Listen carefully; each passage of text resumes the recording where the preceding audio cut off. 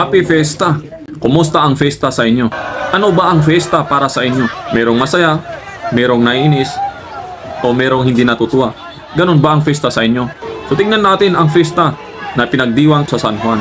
Sino ba naman ang matutuwa? Nakapagbihis ka na, dadaan ka lang doon dahil may transaction ka, nakabulsa yung wallet mo, nakabulsa yung cellphone mo, dala mo yung laptop, papasok ka sa trabaho, papasok ka sa school, may pupuntahan ka na dahil may transaction ka, pero pagdaan mo doon, binuhusan ka ng tubig, binasa ka, matutuwa ka pa ba doon? Kapag nagalit ka, lalabanan ka na parang ikaw pa yung may kasalanan.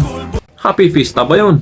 Yung sasakyan na dadaan lang doon, binasa, ginawang slide, yung pasaheros basa, pinilit na basahin. Yung driver nagmamakaawa na hindi basahin, binasa pa rin. Yung sasakyan na inaalagaan, ginawang slide. Pati pulis na naka-duty, binasa pa rin. Pinagbabantay nga para sa peace in order. Happy Fiesta ba yun? Yung isang estudyante, nasira ang kanyang cellphone, nasira ang kanyang laptop dahil nabasa. Happy Fiesta ba? Yung may pupuntahan ka, pinaghandaan mo, pupunta ka doon. May transaction ka, dumaan ka doon, binasa ka. Abala, dahil babalik ka pa sa bahay, magpapalit na naman ng damit. Yung damit mo, plansado. Pinaghandaan mo yung pupuntahan mo, pero pagdaan mo lang doon, binasa. Happy Fiesta ba? Baliktarin natin ang sitwasyon.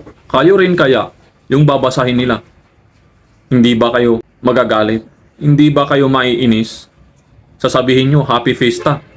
Yung basa na yung pera mo, basa na yung damit mo, basa na yung gadget mo. Happy Fiesta.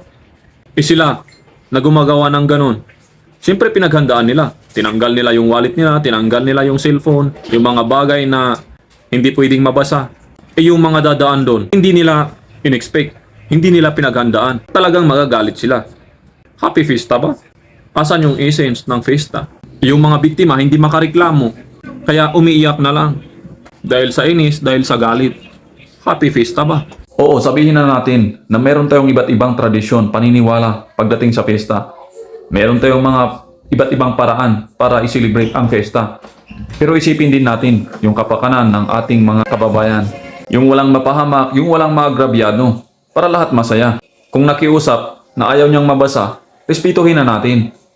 Igo na natin. Huwag na nating basahin. Oo, sabihin na natin na taon-taon naman na siniselebrate, aware na sila. Pero noon daw, kapag nakiusap na ayaw niyang mabasa, hindi nila binabasa. Nire-respeto nila. Iba't ngayon, kahit nakiusap na ayaw nang basahin, binabasa pa rin. So asan yung respeto doon? Asan yung paggalang doon? Happy Fiesta ba? Nagpaalam ako sa kanya, kuya, babasahin kita, sabi niya. Hindi pwede kasi may meeting siya, binasa ko pa rin, piyeste. Sa inyo, kumusta naman ang fiesta nyo?